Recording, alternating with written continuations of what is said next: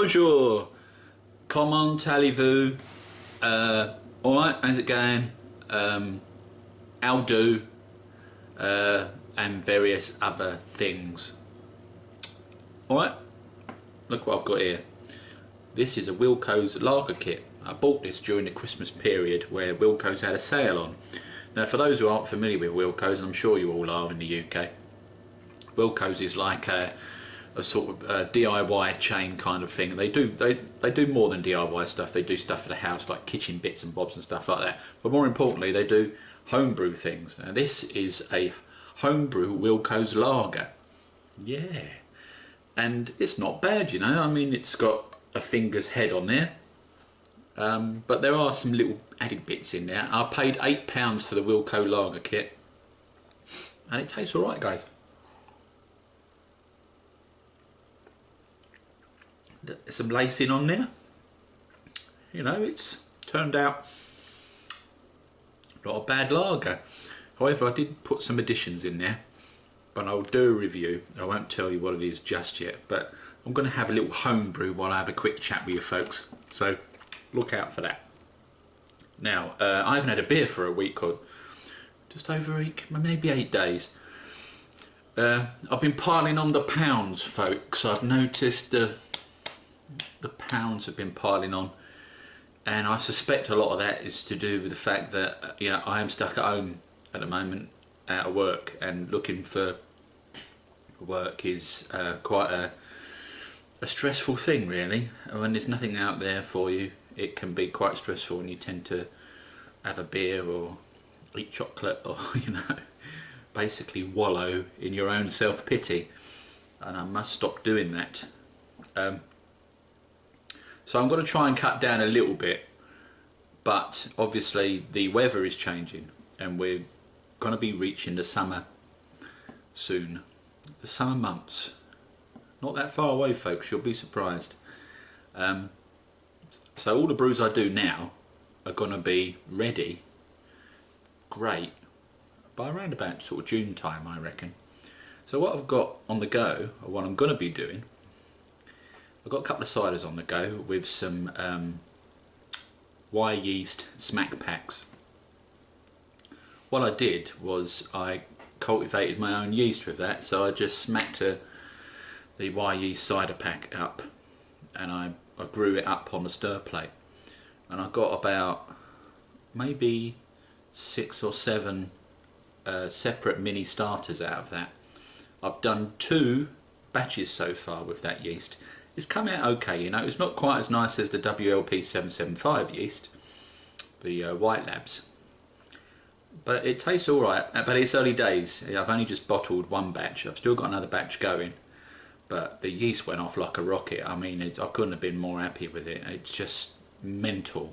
It really went off, and cultivating it up is just the right thing to do. So don't waste your money, folks. If you're going to buy some liquid yeast, make sure you grow it up. I recommend that, really do.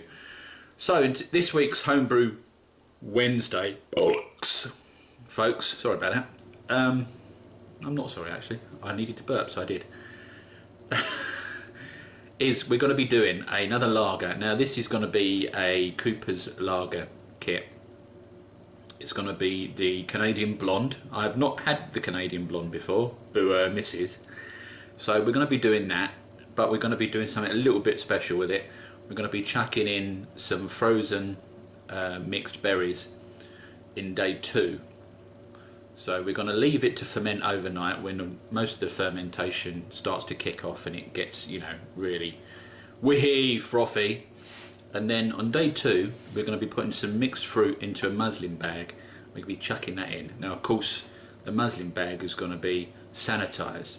If we don't sanitise those muslin bags, folks, we're going to be introducing all sorts of infections and bugs and things into our brew, which we don't want to do. So we'll sanitise the muslin bag, we'll chuck the mixed fruit in, the frozen mixed fruit in, and we'll just let it infuse our lager. So it'll be interesting to see how it turns out. I must admit, it's not an original idea. I wanted to originally do a sort of a strawberry one. I had the idea for a strawberry lager, but I've popped onto Cooper's website. Now recently they've just updated their website with a load of new sort of lager recipes and things, and I noticed this one on there and I thought, well, if I use some mixed berries rather than just strawberry, then perhaps we'll get some more interesting flavours in there, and it might give it more of a sort of rounded off flavour rather than just a strawberry flavour. More people might like it maybe, I don't know. I don't know. It's all about experimentation, isn't it, folks? See, look, it's still got a head on it. It's not bad, is it? Now, this has been in the glass for about 10 minutes now.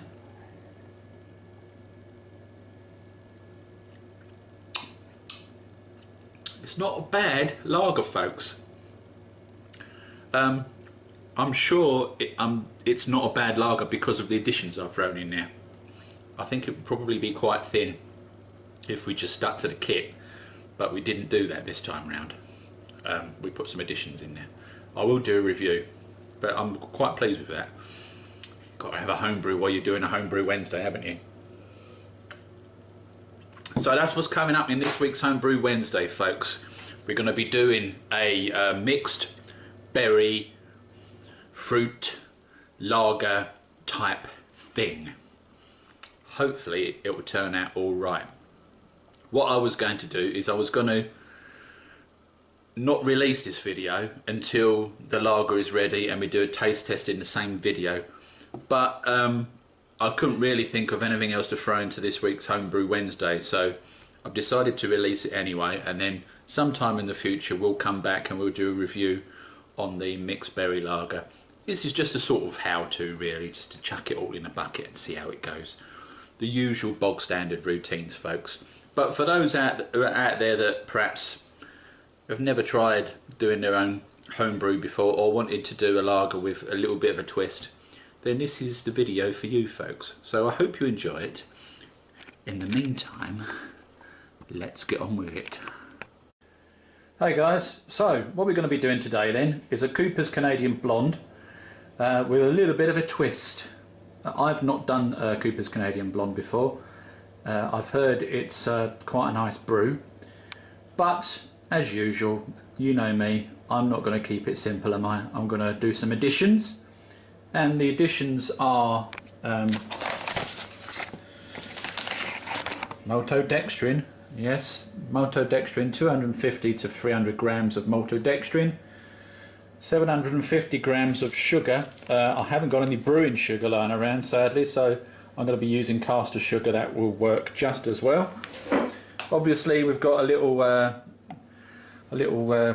weigh-in implement here, some scales. We're going to be using those to measure out the quantities. And finally, what have we got here? We've got some frozen berries. 500 grams of frozen berries. Doesn't actually say it on there anywhere, does it? Work on the back just to prove that we're not talking rubbish, Roy. There we go, 500 grams of frozen berries. So what's going to happen is all of these things will go into the brew today. We'll leave the brew fermenting overnight. We'll come back tomorrow and we'll basically take these berries, put it into a muslin bag, chuck it into the top of the brew and just leave it in there until the brew's finished, and that will hopefully give us some sort of mixed fruity goodness rather than, you know, just having a plain old lager really, because I've got quite a few plain lagers on the go at the moment anyway, so this is just something a little bit different. And I shall be using these Milton sterilising tablets today, guys. Usually I use VWP, but what I've worked out that these sterilising tablets are cheaper in the long run. One tablet works on 5 litres, as you can see on the packet there. So we need 5 of these tablets to basically sterilise, sanitise rather, our fermenting vessel. And down here we've got a big, oh, there's my feet. We've got a big pot that I'm going to be using to basically sieve out all the water once it's been sanitised, and then we can throw all of our bits and bobs in. Right guys, so as you can see, this has got all of the instruments, implements, etc. that are going to end up being in contact with our brew at some point. The lid is in there, the paddle's in there. This is in there to basically just get the water out. It's much easier for me to do it that way. But it's just water at the moment, so what we need to do is we need to take 5 of these and just chuck them in. Plonk. 1, 2, 3, 4, 5. There you go. And we'll leave this sitting for about 15 minutes or so while we go and get the Canadian Blonde kit, and we'll put it on the stove with some boiling hot water to make sure that it loosens up a bit and it's easy to pour into the brew. So here we have it then, guys. The Canadian Blonde is sitting in a big pot of boiling hot water, just to make sure that we get as much out of this tin as we can when we pour it into our big fermenting vessel. Here we go then, folks. What we're doing now is we're just siphoning out the water, the sterilised / sanitised water from the fermenting vessel, and most of this will go down the sink. It seems an awful waste, but there you go. Some of it I'll keep to one side in case I need to sanitise anything that I've perhaps have forgotten. I don't think I've forgotten anything, but you never know at this stage. Sometimes, you know, we forget things. We're only human after all. Not bad lyric, that. So here we are then, guys. We've got an empty fermenting vessel that's been sanitised. It's also been rinsed out. Although the Milton tablets are allegedly, you know, non-rinse, I've found that there is a slight hint of bleachiness, you know, sort of aroma around, and I don't really like that. So I have actually given it a good rinse before we put anything in there. So the next thing we do is we chuck in 750 grams of sugar, and then the next thing we do is chuck in our 250 grams of maltodextrin. So here goes our maltodextrin into the fermenting vessel. Job done. And over here on the stove we're just boiling up 2 litres of water to chuck into the fermenting vessel. Once we've done that, we can then open up the tin and chuck that in as well. So in goes our water. 2 litres of boiling hot water. And what I'm going to do now, just put that to one side over here, folks. See all of our bits and pieces on here. This lid has been sanitised, so everything that's sitting on it is clean. Now what I'm going to do is I'm just going to give this paddle a little bit of a wash over here in the sink. Oh, look at all that down there. That's horrible, isn't it? Yeah. So we'll just give that a little rinse off, just to make sure we get rid of, you know, the bleachness and the nasty smell of bleach off this paddle. And then if you follow me over here, folks, we'll just give this a lovely little stir. And the reason we need to do that, folks, is because the maltodextrin is quite clumpy, and it will just basically sit at the bottom of the fermenting vessel unless you give it a good old whack about before you put your Cooper's kit in. So I'm going to stir this for about 4 minutes, and then what I'll do is throw in the lager kit. There's our lager kit, folks. This is quite hot, but then I've got molten lava hands, so it's not a problem. So I'm just going to chuck this in. In it goes.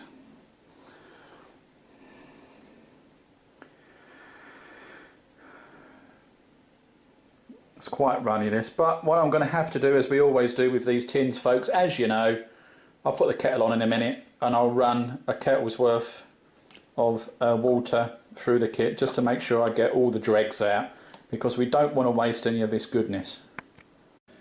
Right, folks, so I've managed to get as much as I can out of the tin, just to prove. There you go, look, there's not much in there. Not going to get much else out of that, am I? So we're just going to do what we usually do with these kits. Give it a bloody good stir. Now, what's in here is quite hot at the moment. I'm hoping that once we chuck the water in there, bring it up to 23 litres. It will bring the temperature down enough for me to pitch the yeast. It shouldn't be a problem. You know, we've done this loads of times before, haven't we, guys? So I don't think there's going to be any issues at all with this. But of course we want to make sure that we get the maltodextrin, the sugar and everything else all mixed up before we even think about putting more water in, and then we'll give it another little stir.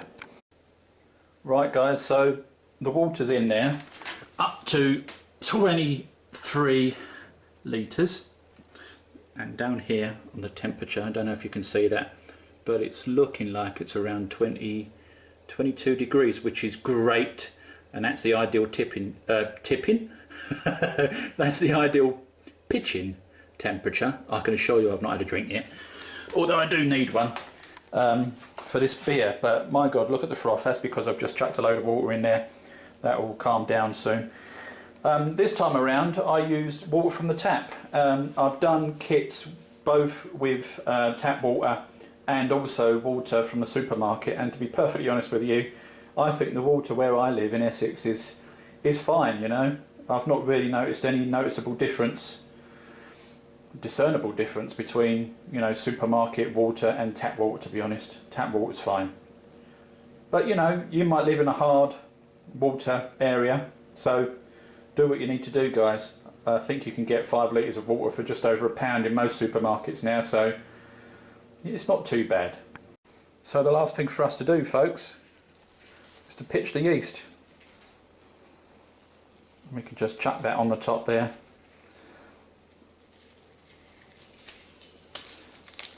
That'll be absolutely fine and dandy. And what I'm going to do is just give it a little stir. You don't have to do that, but I tend to do it anyway. It's just my own personal preference. Once we've given it a stir, we'll put the lid on, and this time around I'm going to put a blowout tube in, and I'll show you how it looks once it's all finished. Here we go, guys. There's the gravity 104 there or thereabouts. Now I want it to be a little bit more than that, so what I've done is I've thrown in the rest of the sugar. So we've got a kilo of sugar in there now. I want it to be a little bit stronger, this lager.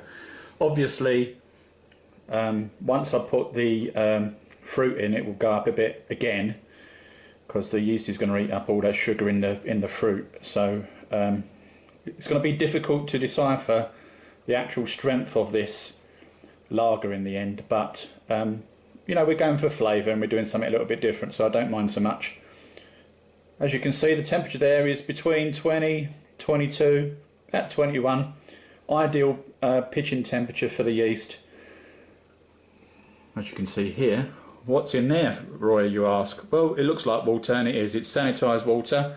And we've got a little blowout tube that runs all the way back here, forgive the mess folks, into the top of the fermenting vessel.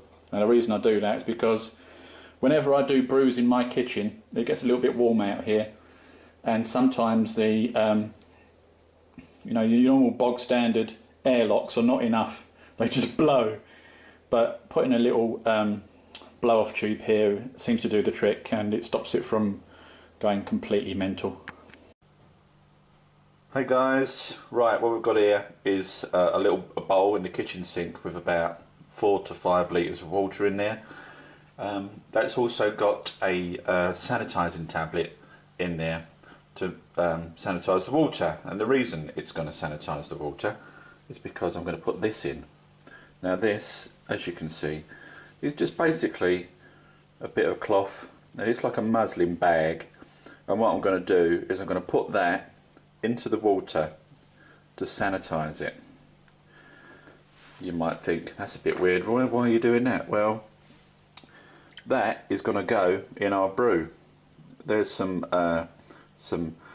bag tie thing, rope type stuff that's going in there as well, because at the end of the day this bag is going to end up in our brew. It's day 2, as you can see. If you have a little sneaky peek in there, it's bubbling up very well, and I don't want to put any bugs in there, you see. I don't want to bloody contaminate my beer, do I? So I have to make sure, going back to the sink here, that anything I put into the fermenting vessel is sanitised. And the best way to do that is to chuck it in some water with a sterilising tablet. That will stay in there for 15 minutes or so.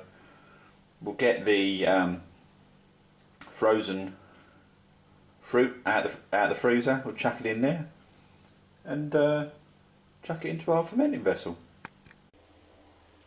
So here we are then, guys. We've got our sanitised bag here, our muslin bag with all of the frozen fruits in. What I'm going to do is I'm going to tie this up with a little bit of the rope and chuck it into the fermenting vessel. Hello chaps. So here we are at the end of another Homebrew Wednesday video. Not got much to say really. Hope you enjoyed the brewing and the little experiment with the mixed berries in the lager. Interesting to see how that one will come out. So we'll just have to wait. It'll probably need, I reckon, probably about 10 days in there. Give it enough time for the fruit to properly infuse the lager. Nothing else to say other than see you on the next Homebrew Wednesday video, chaps. Have a spiffing week and look forward to the next one. Cheers.